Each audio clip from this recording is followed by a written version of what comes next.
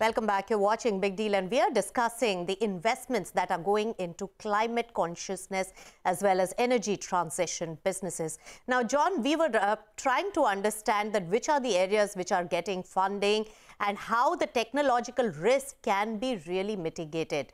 In your view, is enough innovation being funded, and where does India stand in all of this when it comes to exporting not just the transition materials as well as the products, but also innovations of the future? Yes, Nisha, as Anjali well knows, the innovation is happening right now and the funders are stepping in at scale. So it's a very exciting moment for everything from the hard to abate sectors, which have traditionally been things like iron and steel and cement, sustainable aviation fuel, kind of heavy duty transport. We see tremendous opportunities and investments that are happening. India alone, as we think about heavy duty transport, right, will grow its trucking space fourfold here over the next 30 years.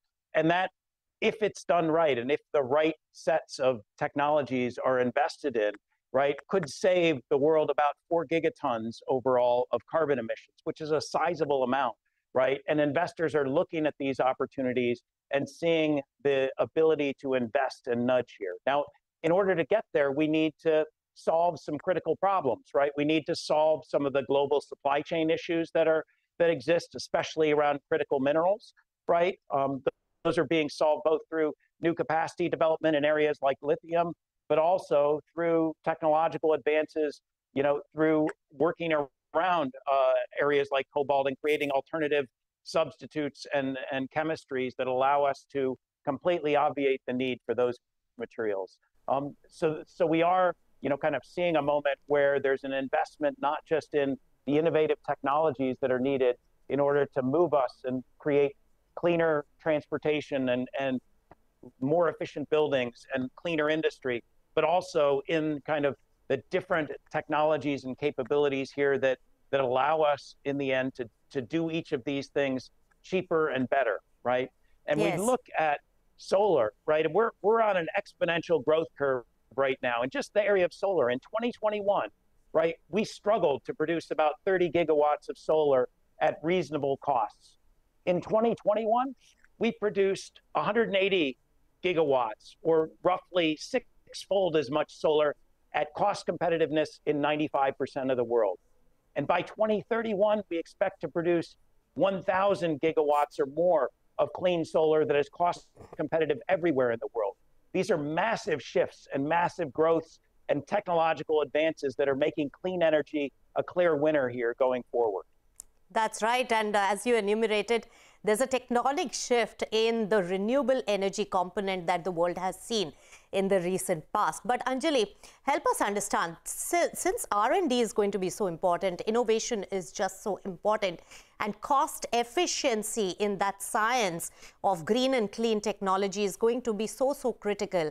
How are you seeing the landscape when it comes to early stage R&D investments in the country? Because in the pharma space, in the drug development space, the industry has always stated that there isn't enough funding at a very early stage because it's a long haul investment.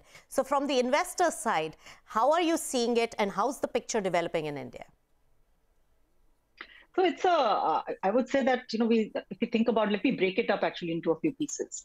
So when we think about climate action, a lot of the focus, particularly in the North-South dialogue, in the North stays in mitigation and carbon and GHG emissions. In the South, in our part of the world particularly, we have to focus as much on adaptation and resilience building. We have some of the most vulnerable populations in the world here as well. So I'm going to shift, Nisha, with your permission, the question not just around R&D money and R&D dollars, but overall mitigation, adaptation, and resilience building for climate action. Take food security. We are vulnerable to climate change in a very significant way. Both part of our economy, large part of our economy is agriculture. We are monsoon fed. We are dependent. And when you have heat waves and erratic monsoon, you end up with crop failures and thus interrupted supply chains on that front. John's already referred to sort of the lithium supply chain. We are seeing the emergence of new technologies and energy. Sodium is emerging, for example. And consequently, in India, I think our R&D has to go in not just for new battery technologies or energy technologies, but also food technology. We are seeing companies, Avana has invested in a company called Iki Foods. Iki is really doing for food production, really creating absolutely climate resilient food systems that can grow tomatoes in the desert of Rajasthan. At 45, 50 degrees ambient temperature, they're able to grow tomatoes at very affordable market rates at scale. So I think we have to think about technology in the Indian and the global South and in developing countries context. Of course, in the hard to abate sectors, we will consume more steel, more cement, more power, and hence need to look at that. But we will also need to, in some ways, safeguard and create the security around food and other supply chains as well. That's right. And in fact, one of the big arguments in this particular debate is also that whether India should develop its own innovative technology for clean energy in various spaces which are indigenous and very congenial to the local market and maybe cost competitive as well for our own good. But through the summit of COP27, Anjali, are there any such changes which opens up good potential areas of investments for future? Are you spotting any of that now?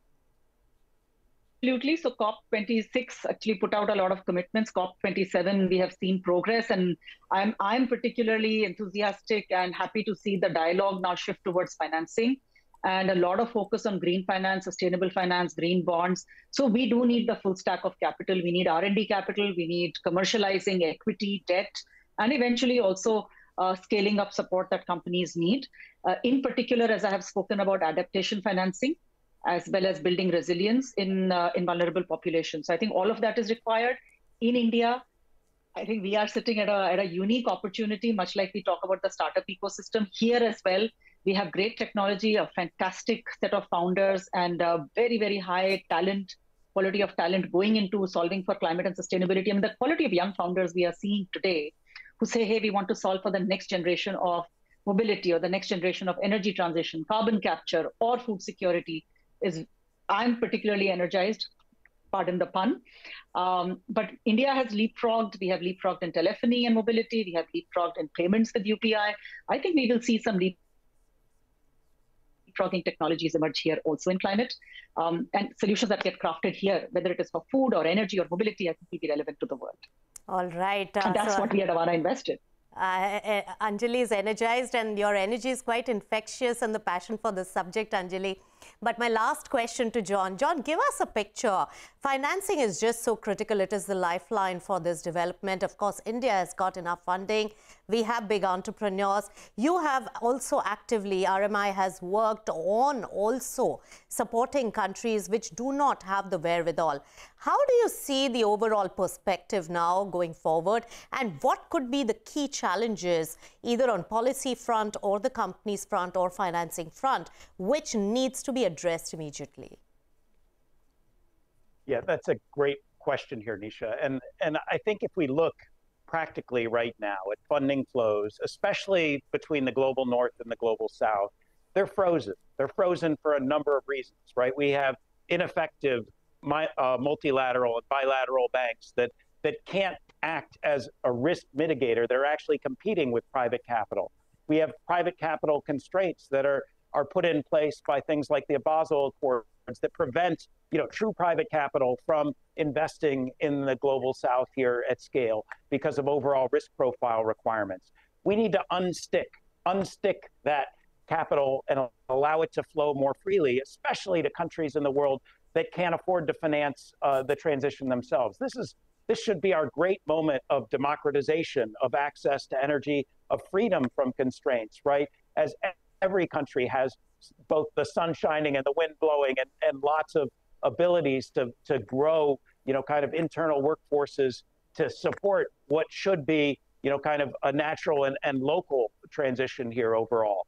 And so ensuring that no one is left behind here for want of capital absolutely has to be front and center. And I know Anjali and her team are thinking about that, and many others are out there, but we do need to, put a little bit of acupuncture into the system here and make sure that capital does flow freely where it needs to, because this should be a moment, again, of everyone benefiting, but also of everyone participating, whether it be financially or economically or from a jobs perspective. Very great points mentioned there, John. In fact, there has to be a democratic approach when it comes to access or funding for climate consciousness for every country, because this is not something which is just stuck to borders of each country.